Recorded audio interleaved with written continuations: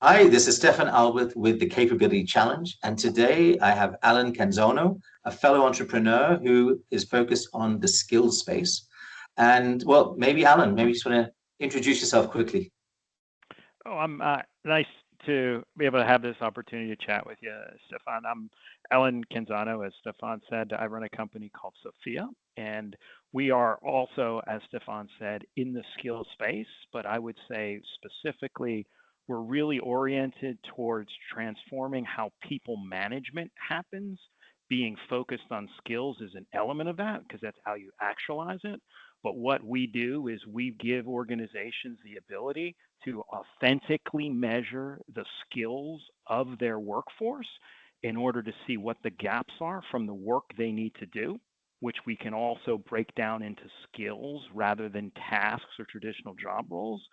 So they can see what those gaps are, can upskill as necessary, and deploy people in a way that makes the most sense for the individual success and the organization's needs. Wow, that sounds pretty impressive. And if that can be enabled fully, I think we're going to see some pretty rapid changes in the way organizations actually run their teams. Having spent years in consulting and corporates, the one thing I noted were there's things move very slowly in corporates. It doesn't matter often the skills you have. It's more of like where's the next structural requirement.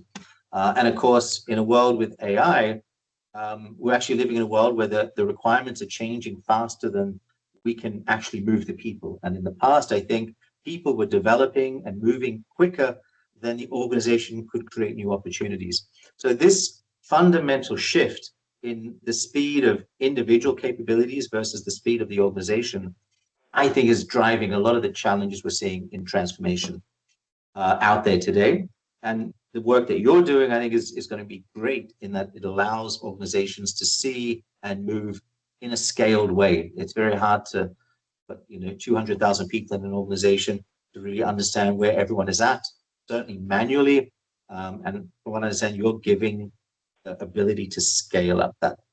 Yeah. And as you said, it really starts with the way the work is changing. I mean, the consequences that the skills that people have are misaligning to workforce needs at a much more rapid pace than we've seen previously. But the real input into that is the speed at which the work itself is changing. And like you, I've spent a long time in corporates, especially financial services, which were very project staff individually based, and you try to create complementary teams and skills and things and otherwise. But I think the first thing that organizations really need to do is transform the way they think about work. And there's lots of consulting firms, your old stomping patch, that are trying to help companies think in terms of how is AI in particular as the catalyst to this change impacting roles. So you've got a role that consisted previously of some title and 50 different tasks that were associated with it.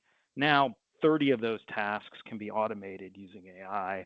How does that role shift? How does this person have a different ambit within the organization?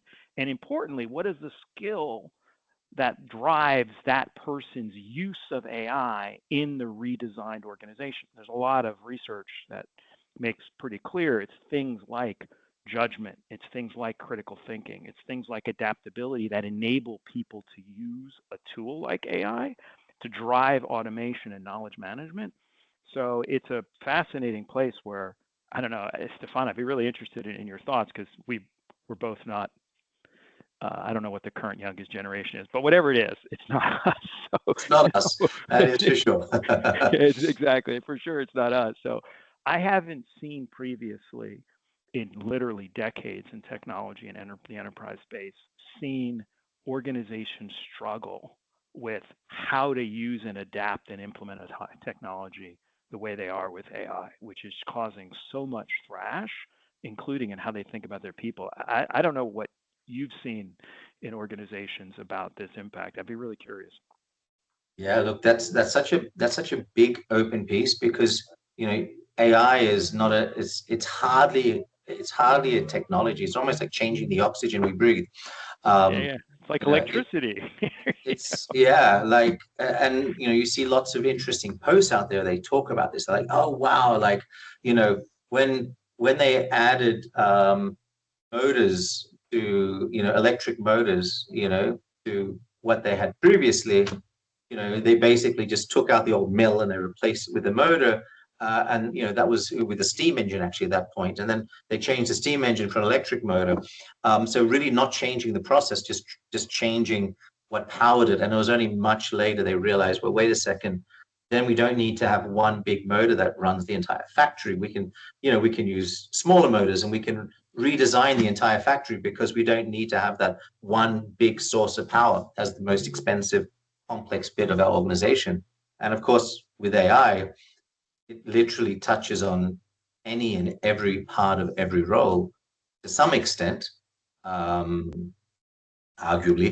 And that just means we can't fix it, we can't implement it. We don't even know what to implement. We need to redesign everything. And it also touches on a point which I think is really interesting, is like, when technology is moving so fast, when do you jump on to that new? So let's say you have a really nice car and someone says, hey, here's an electric car. It is awesome and it will pay for itself in 3 years in power savings. Thank you. So if it's going to pay for itself in, let's say, 3 years, do you buy it today? Because, hey, in 3 years, it's going to be worth it. But maybe in 2 years, it's actually going to create an income for you. So, somehow reselling the battery or whatever will have like a negative cost. So, like, do you jump on it now because it's a better technology than what you have today? Do you keep on waiting because it's going to get so much better? And I think that's the biggest reason. That's one of the two reasons AI integrations and implementations are sort of failing, because everyone's scared to really jump in and do it properly, because they know that something better is coming along so fast that by the time they finish implementing, it's already going to be kind of pretty old. And the other piece is people have to change how they work, and no one likes to change how they work. So there's a lot of human pushback. Yeah, it's the human. I mean, implementation and adoption. I studied philosophy for a long time, and it's very important from the Anglo-American, at least, tradition. You think about it from the perspective of who's doing action on what. And adoption is by whom? It's by people, right? So where is the fact that the locus of change? It's actually what people do. It's not in the tool. But I wanted to actually click on a couple things that you said there, which I thought were really cool, that I think are worth highlighting. The first is that in any technology adoption wave, we take a skeuomorphic approach where we just look to automate the tasks that we're doing now. Exactly the way you talked about the steam engine replaced this, but it was the same process and we're just using a different way of doing the same thing. But that's never where the primary advantage of the technology lies. And especially, I think, with AI, because it is so dynamic itself, it lies in being able to do things that we previously couldn't do at all. That's where you create the value. And those are the things that organizations struggle with the most, because you have to be able to envision and see, what is it that I can now do de novo? What new work can I do to create value? Because that's the super unlock. And it flows into the second point you made about, when do I decide to do it and when do I adopt? And it's that notion of, I have to actually have the strategic vision, and I have to understand my own business well. And you consulted for a long time, so you know how little big businesses often will think about the things they're doing, the things they're good at doing, the things they should not be doing, and like where they're trying to go. I shouldn't just say big business in general, because it's hard, because the world changes. But unless you have that, you're not really going to see the way in which you should try to deploy the technology. And to your last point, you're not going to be able to explain to people how they should be using it to do something that is brand new to them with a tool that is brand new to them.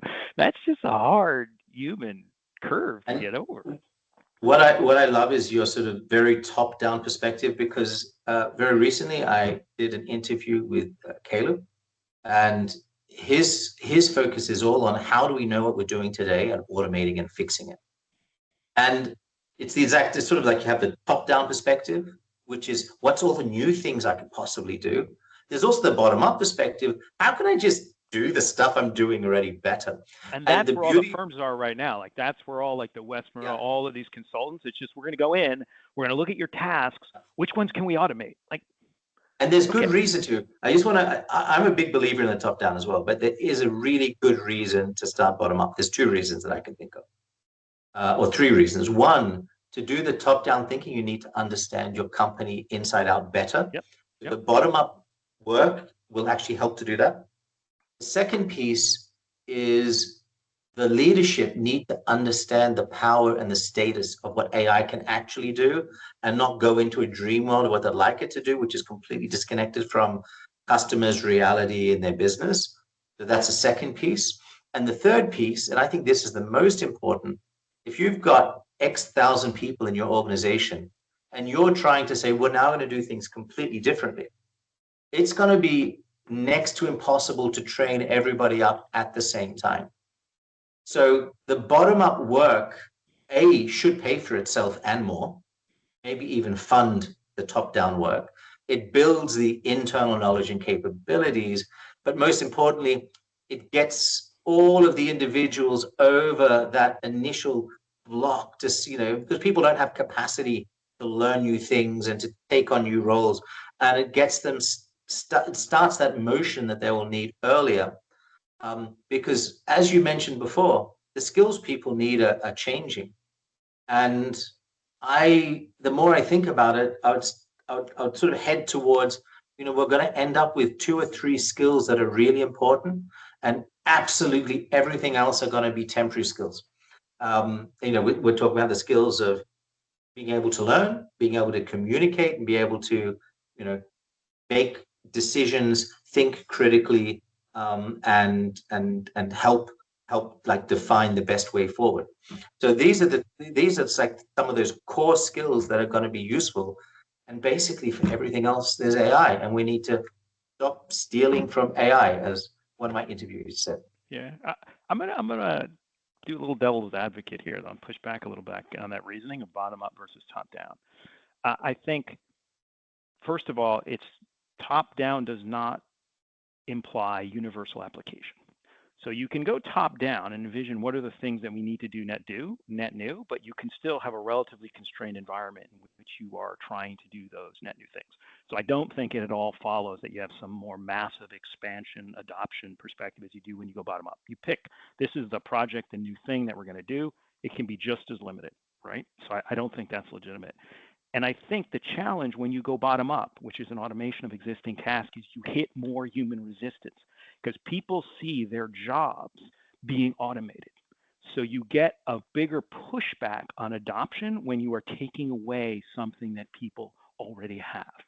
When you're not showing them what is the net new thing that is going to be created, where is the opportunity for you as a human to do this work that is going to be of higher value, higher, sort of I guess an abstract geek, higher value work, higher productivity is going to lead to higher wages, going to make you wealthier. Where is that opportunity for you if you're just seeing your job diminish? So I think there's much higher adoption risk from a human element perspective when you do it that way. So I would look to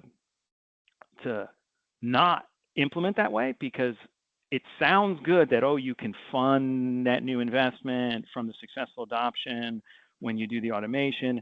I think your automation is more fraught and it's more likely to fail, your adoption, just when it's automation focused because of the human factor.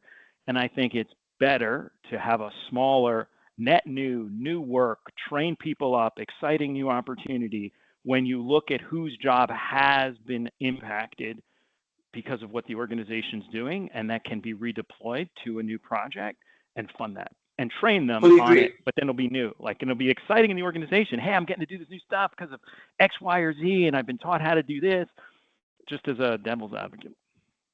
But you still needed to create the space, and you created the space, as you just said, because you're already implementing the AI efficiencies, etc. You're creating the opportunities with the new work. You're creating the free available labor. by But it's automating. not a necessary condition. Just to be clear, I threw that in. I would not view it as a necessary Yeah. condition. I would actually deploy people net new to net new projects. There's always people in an organization you can rotate from a perspective of work. It doesn't have to be AI related, just to make the AI adoption very net new focused rather than a diminishment of existing tasks, just to Yeah. qualify my prior It's spinning of it's an interesting thought. I theory. mean, I've seen some. I mean, I've heard about. I haven't gone as deep as I'd like to. Like you might have heard of the IKEA example. No, Um, I haven't. It's a, Thousands of people who are working in a telephone answer service for IKEA, fully automated, mostly automated out. But they had a new business opportunity around focusing on providing more human support to people, I think, in stores to actually significantly help the service. Multi-billion dollar opportunity in terms of additional services and sales. And so they basically built these two things in parallel, fully automating, fully building up a new business at the same time with a skills transfer in between so that everyone who was already working could basically replace their jobs with the new ones. And for me personally, um, if you were looking at a company where you're saying, okay, we need 50 new people here to do this new business, it's kind of inconsequential. If you look at, the ABBs of the world, these large corporates, they've got tens or hundreds of thousands of people. There has to be a way, rather than just firing them at tens of thousands of people at a time, to move the business. Now, obviously, organizations don't really have a choice. You know, um, the technology is there. Companies will use it. They have to maintain their effectiveness and efficiency. So given that they are going to be driving the efficiencies and effectiveness, some first bottom up, because that's where the initial cash is. Then you have the sort of top down opportunity of creating whole new business models and businesses. You're still going to have to manage your X thousand employees and the upskilling or reskilling of them. And quite frankly, it's going to be way too expensive to en masse hire thousands or tens of thousands it's of possible. people and then look to rehire from that same pool where you've just thrown all these people. These guys which have all the skills that didn't exist 3 years ago, Yeah. these skills have to be built at the same time. So this is where I come down to. I really strongly believe there's going to be a handful of skills which are more about, about having the capacity, resiliency, the focus of mind to be able to learn quickly and effectively and continually adapt your own. And that ability to adapt will allow you to essentially roll with the punches. And every time things get automated, skills become less valuable, you'll be able to take on the next wave. A very different way of thinking of skills as well. It's not what you learn at university and then apply for the rest of your life. Be more like, what did I learn last year? And can I apply this year? Well, it's not just your intuition, Stefan. I mean, it is literally what the research is showing. I think it's jobs for the future that's specifically based on research and talking and interviewing workers. 38% of them are like adaptability is the thing that I need to have. I need to do better is like where my biggest weakness is in figuring out how to deal with AI and other issues. And problem solving was the only thing above that was like 40%. So it's exactly those transferable, durable. I mean, there's a reason we call them durable skills, right? Those transferable, durable skills are going to be the things that enable both workers and organizations, which are just aggregations of workers, to adapt to the different needs as they go forward. And doing that, I mean, there's two things that are super hard to do there at scale. The first, and this is why we created Soefia, but the first is that it's really hard to figure out what a person's actual skills are, especially in these durable, non-knowledge based skills. How do you actually assess somebody's judgment, their critical thinking, their adaptability?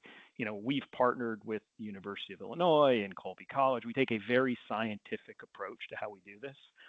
because we come out of the education space, I like to say it's not just this AI thing that someone threw online, in order to assess people authentically, where they go through executing a task, they go through simulations, they demonstrate the skill. Traditionally, you do a lot of self-assessment. How's your critical thinking? Like, I think I'm a good critical thinker. Yeah, not a super great signal.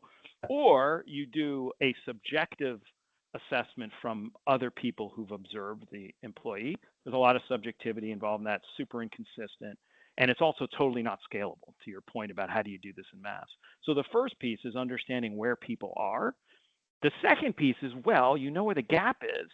How do you train people en masse with these things? Because we can't do it the way we've been doing it for millennia. You stand a human being in front of a smaller group of humans.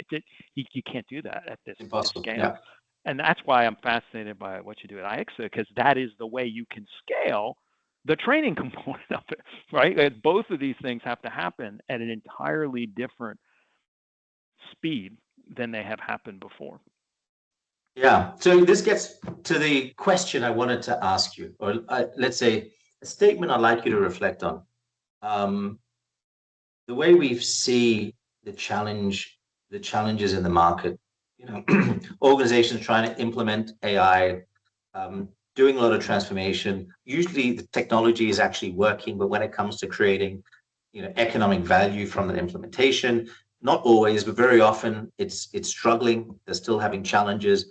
Many of these implementations are often internally considered, or let's say, a failure or not a success.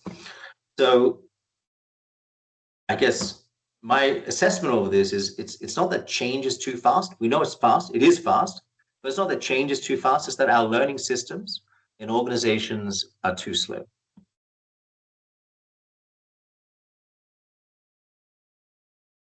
Well, my immediate reaction is that you can't put a normative value on ontology, right? Change that happens in the world is neither too fast, too slow, it's not good or bad. It just is. Like gravity is. It's not too strong or too weak or good or bad. It just is. So I think we have to step away from a normative assessment of that and then just focus on, well, from the perspective of what we control, is it good or bad that a learning is not aligning to the pace that the world requires?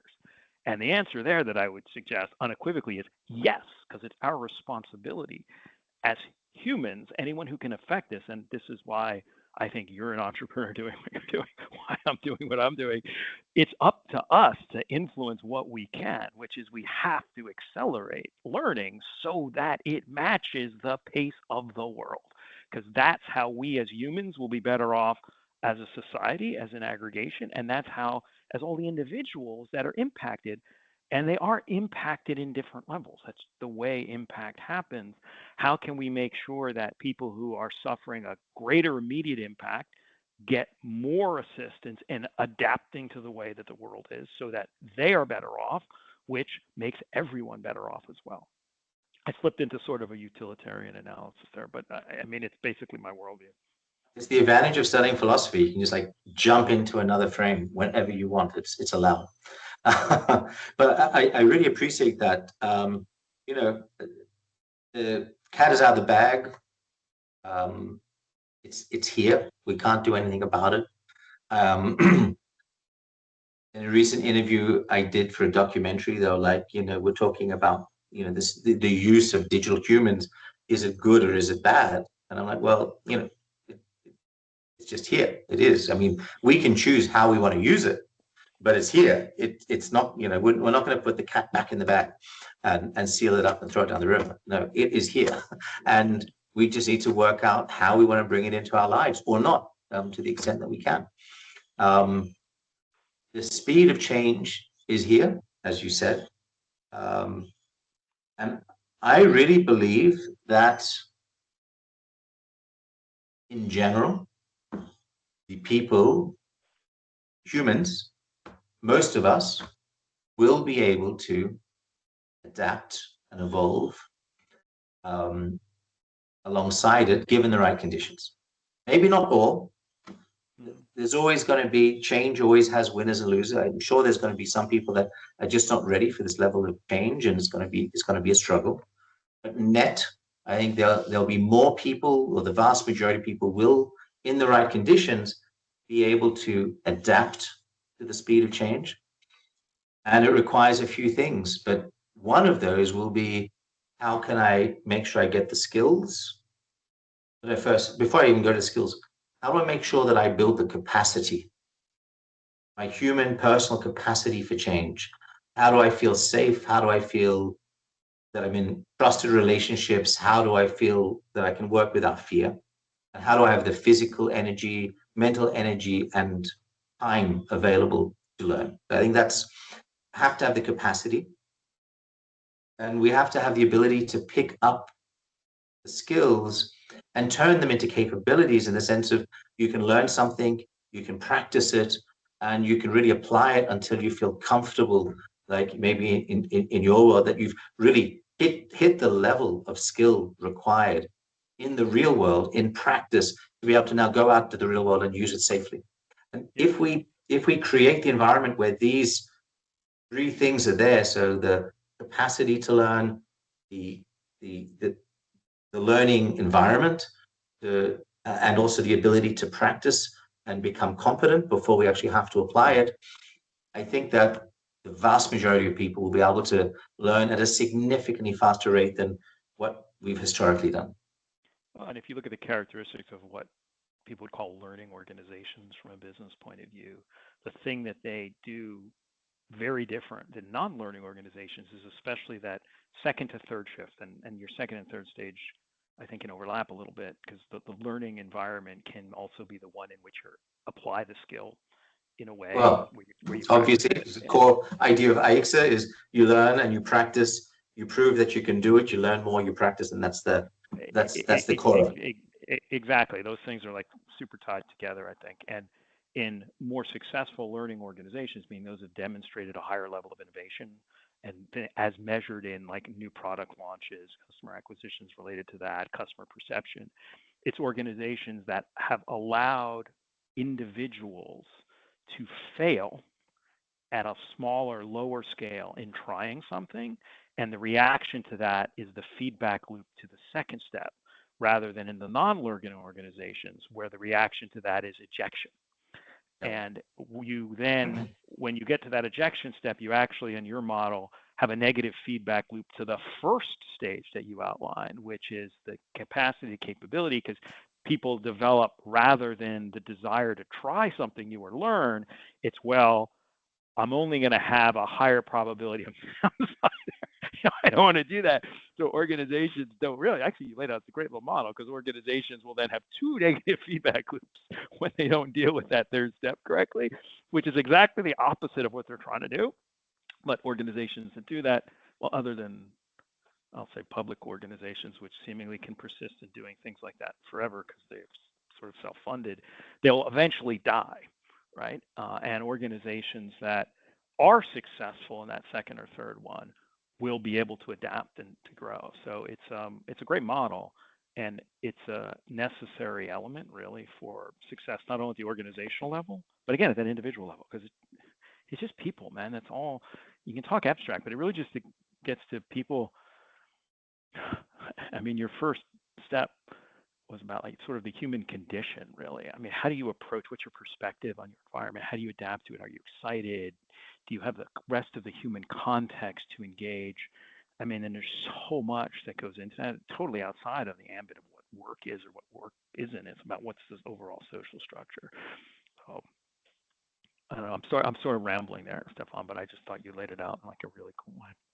So, I mean, maybe just one question, like, you've got these deep insights into what drives effective organizations, what are the valuable skills that people are building on in a world where we're going to see continuous rolling change, hitting us, powered by AI, the bottom up AI, which is going to lead to, transformation of different activities that people are doing, that's going to speed things up so that the half-life of skills that we learn are shorter. But even more excitingly, it's going to be, maybe the beginnings of whole new enterprises or strategies out there, if you look at just the human aspect and not just the 5 or 10 humans that might go into one new role, or the people that might get left behind, if you take, the block of everyone who is working, needs to work, wants to work, young, old, if you take the entire workforce, what do you see as our greatest challenge in actually keeping keeping our society working, keeping the workforce valuable and happy and empowered? And what do you think is the biggest enabler? That's a huge question.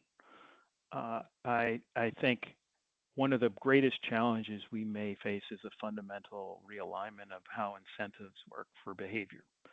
In that, if you wind up with a explosion in productivity because of the enablement from AI of people to do much more work, a much more high value work, such that you have an explosion of output leading to an age of abundance, how do you then tie the distribution of that abundance to individuals' input? Because in effect, if you don't need to have a vast number of people actually working productively in order to produce enough materiality to sustain the society at a level which makes the majority of people happy enough that their choice is not to work rather than to consume the abundance, how do you do the distribution of that abundance to incent people in a way that creates the right level of activity to sustain the abundance? And that seems fair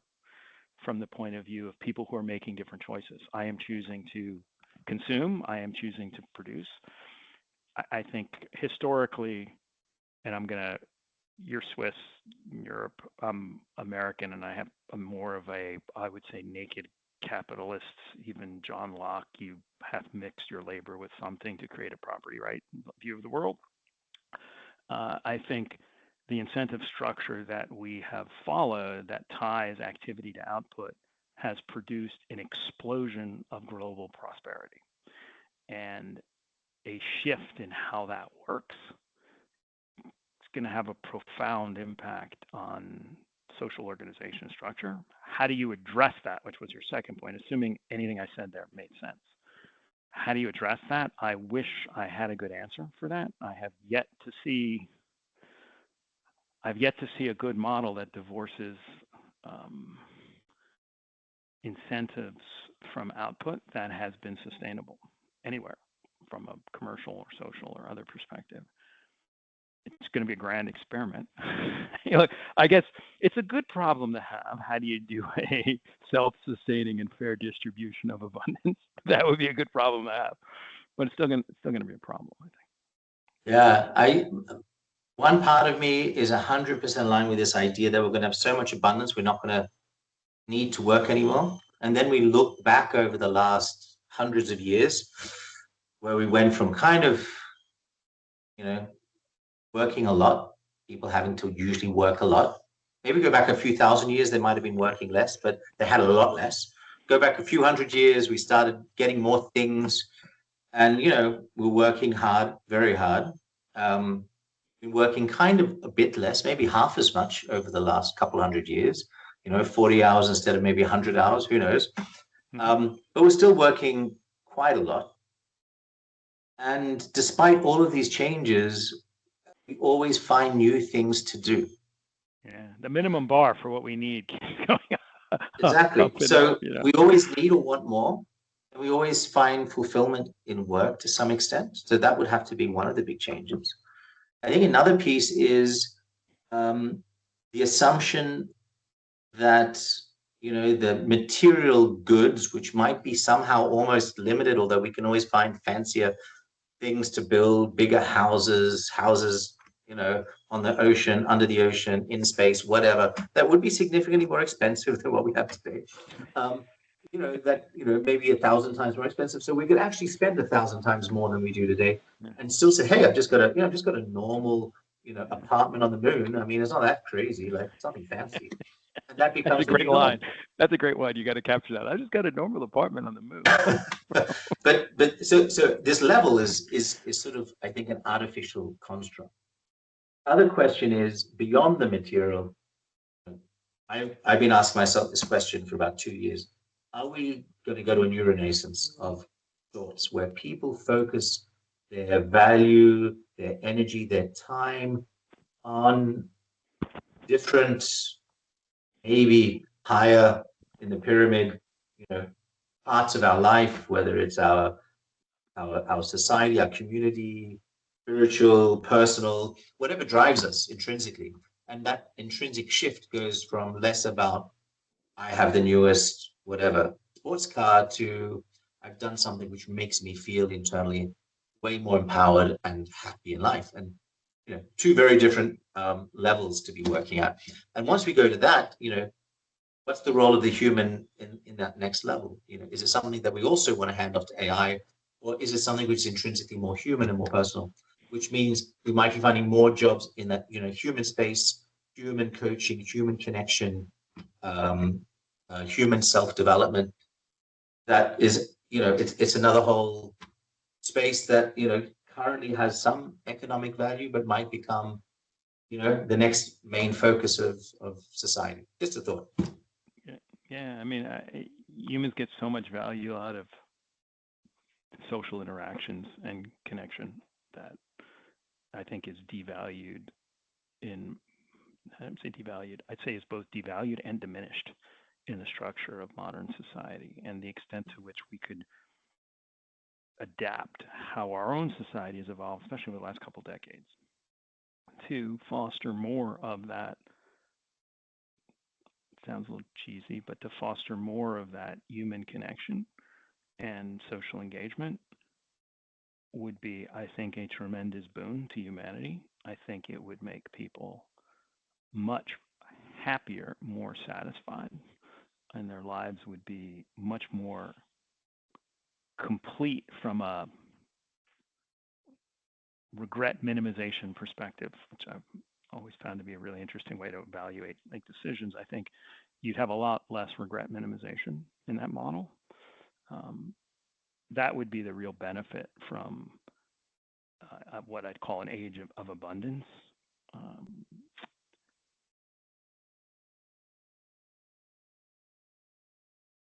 It'd be somewhat ironic if the advent of the machine enabled humans to engage more with humans because they could disengage with the need to